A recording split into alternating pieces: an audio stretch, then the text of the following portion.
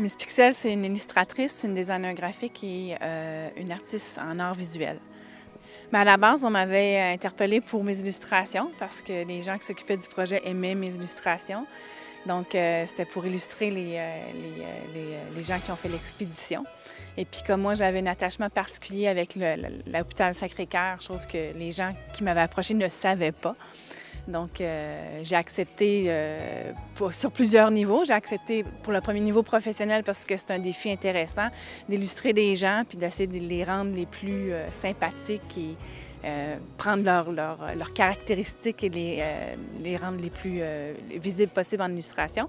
Puis l'autre niveau, c'était qu'un jour, je m'étais promis, ma mère est décédée à l'hôpital Sacré-Cœur aux soins palliatifs et puis elle avait eu des bons soins.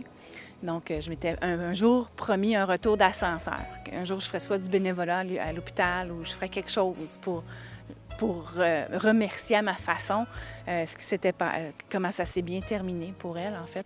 Et quand ça s'est arrivé comme projet, bien, pour moi, c'était clair que c'était le projet qu'il fallait pour moi. Ma mère, elle a eu un cancer du poumon dans la plèvre, donc c'était un cancer qui n'était pas opérable.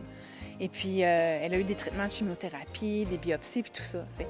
Puis je me souviens des moments où c'était très dur. Elle souffrait beaucoup. Elle n'était pas très tolérante à la douleur. Puis je me souviens un moment, entre autres, où on allait pour une biopsie, puis elle avait peur, là. Et puis je me souviens d'un gars qui faisait juste transférer un patient d'un endroit à l'autre. Il sifflait ou il chantait. Il y avait quelque chose de très joyeux dans son truc. Puis ça a créé comme une bulle ou une pause de tension. Et puis ça, c'est un souvenir marquant que j'ai de l'hôpital, des moments qu'on a vécu ensemble, moi et ma mère. Parce que quand on rentre aux soins palliatifs, je ne pourrais pas dire que je me souviens des gens qui étaient autour d'elle, mais je me souviens de leur présence. Je me souviens qu'ils étaient là, quand je chantais qu'elle souffrait, ou moi ou mon frère, on sentait qu'elle souffrait, on n'avait pas besoin de les chercher, on dirait qu'ils sentaient ça. Ces gens-là étaient là autour de nous comme une bulle de protection. Le déclenchement, ça a été en 1992, lorsque j'ai eu une opération changer la valve aortique. Et puis par Dr. Robert Cossette. Tous les médecins, tout le personnel de Sacré-Cœur a toujours été bien gentil, très satisfait. Au 31 décembre 2010, j'ai vendu mon entreprise et puis des blocs appartements. Et puis à ce moment-là, j'ai fondé une fondation Jean-Guy Védiquette. Et puis j'ai pensé tout de suite à l'hôpital Sacré-Cœur en premier. De préserver un niveau de santé comme ça vous permet de faire de la moto? Absolument. Ça, la saison commence, ça c'est bien. C'est pas à cause que tu as 70 ans que tu peux t'empêcher de faire des sports.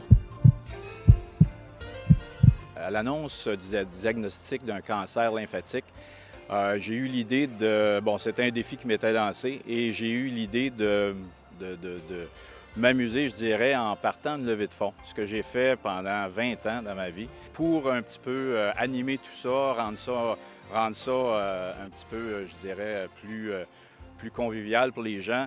Eh bien, j'ai associé la levée de fonds, mon combat contre le cancer. J'ai fait une analogie avec ma montée du Kilimandjaro en 2009. Les étapes qui ont été la préparation de la montée, de l'ascension du Kili, la préparation aussi mentale et physique pour combattre le cancer. Toutes les étapes étaient étrangement similaires dans le défi. Et ce que je peux vous dire, la grosse différence, c'est deux gros défis, je vous dirais. C'est deux grosses montagnes dans ma vie. Il y en a une que j'ai montée par plaisir, par choix. Et le cancer, la différence, c'est que je l'ai combattu, si on peut dire, par nécessité. Je n'avais pas le choix. Mais je vous dirais qu'il y a beaucoup de ressemblances entre les deux défis. Pour la première fois, je vous dirais, j'ai eu à être traité. J'ai fait partie, je vous dirais, des gens qui étaient résidents au niveau de ces soins-là. Et j'étais très heureux de voir comment, à Sacré-Cœur, comment le département d'oncologie fonctionnait. C'est beau, des institutions, c'est beau, un édifice, c'est beau, de lever des fonds, tout ça, mais je pense que c'est le côté humain qui est le plus important.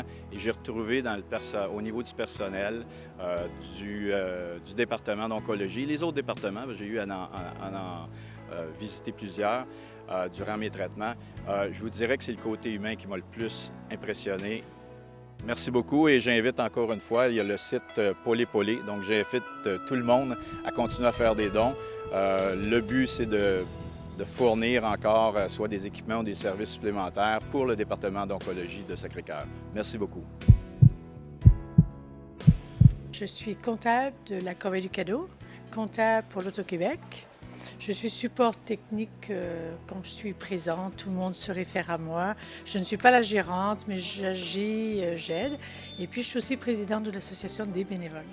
Moi, j'ai été chef de service de la paye.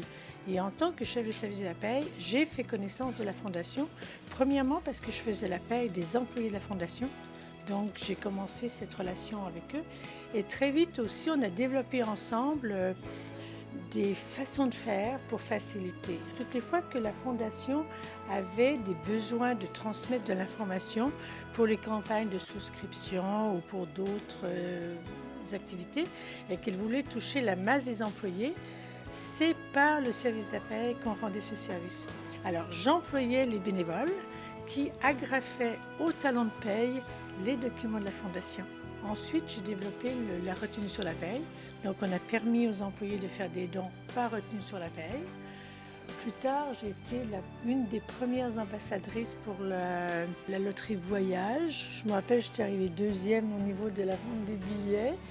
Et puis, voilà, de fil en aiguille, on a travaillé ensemble. Mais c'était plus personnel que vraiment en tant qu'organisation. Moi, il y a deux volets dans l'engagement. Il y a d'abord le volet ma personnalité, moi.